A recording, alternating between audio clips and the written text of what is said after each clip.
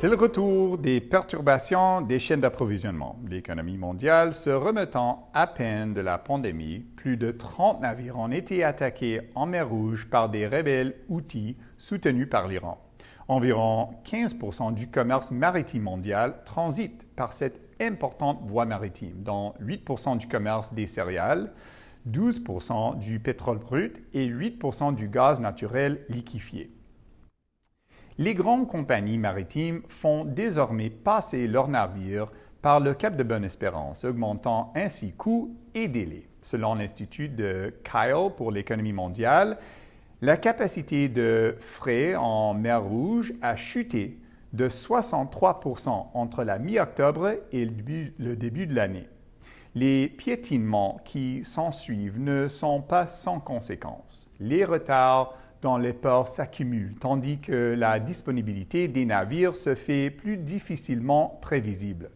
La durée du trajet, qui peut désormais prendre entre 10 jours et 2 semaines de plus, se répercute sur les coûts liés au carburant et au salaire.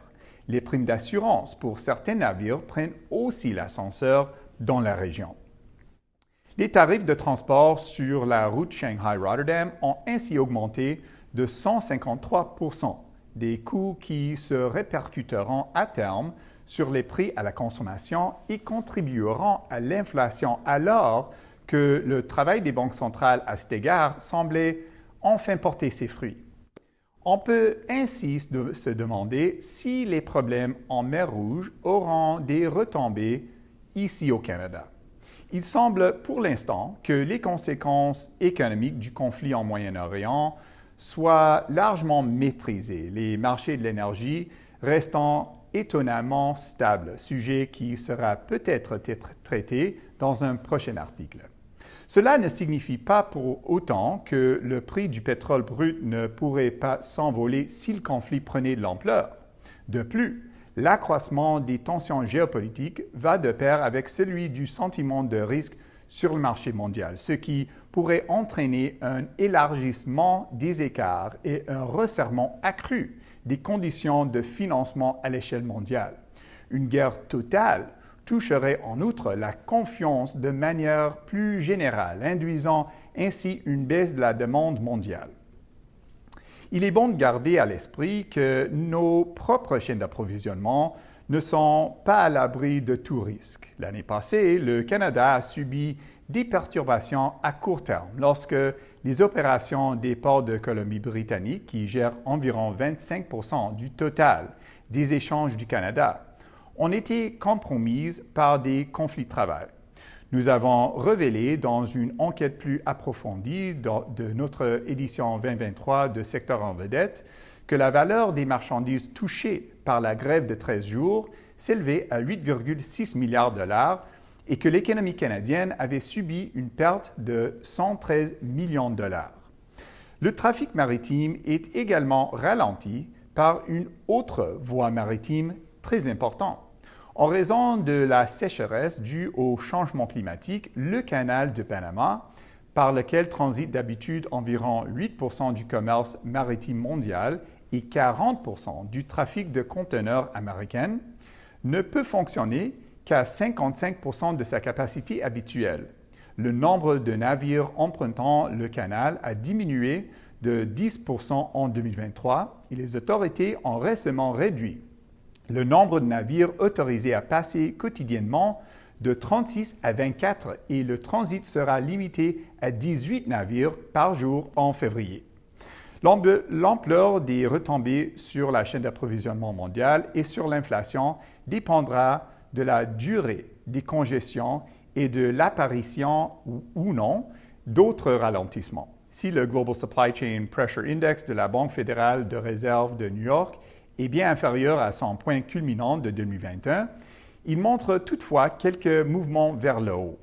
Certaines entreprises ont déjà mis sur pied des stratégies pour combattre les perturbations liées à la pandémie, investissement dans de nouvelles usines et de nouveaux centres de distribution, réforme des installations existantes et utilisation des technologies intelligentes pour renforcer la résilience des chaînes d'approvisionnement. De nombreuses entreprises ont standardisé leurs produits et processus pour éviter que la production ne puisse se faire que dans un seul pays et pour favoriser la multifonctionnalité de leur usine. D'autres ont adopté de nouvelles pratiques en matière de gestion des risques des chaînes d'approvisionnement, passant du modèle de livraison juste à temps à celui des stocks juste au cas où.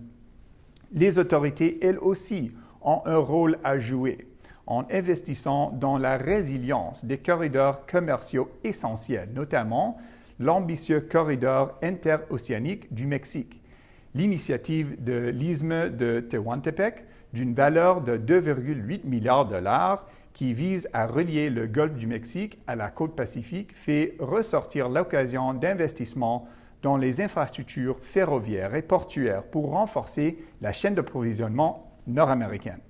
Conclusion, ces 4 années de difficultés régulières sur les chaînes d'approvisionnement permettent de mettre en évidence la vulnérabilité de notre infrastructure commerciale face aux retombées liées aux questions géopolitiques, aux changements climatiques et aux erreurs humaines. Selon notre dernier indice de confiance commerciale, 40% des répondantes considèrent que les problèmes de chaîne d'approvisionnement constituent un risque pour leurs affaires.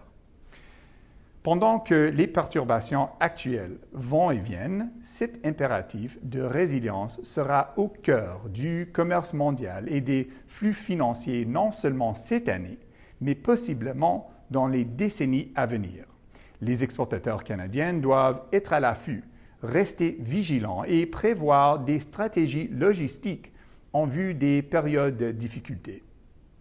Cette semaine, nous tenons à remercier chaleureusement Ryan Fung, associé débutant au service économique de DC. Et s'il vous plaît, n'oubliez pas que votre avis est très important pour nous. Si vous avez des idées de sujets à nous proposer, s'il vous plaît, n'hésitez pas à nous les communiquer et nous ferons de notre mieux pour les traiter dans une édition future. Merci et à la prochaine.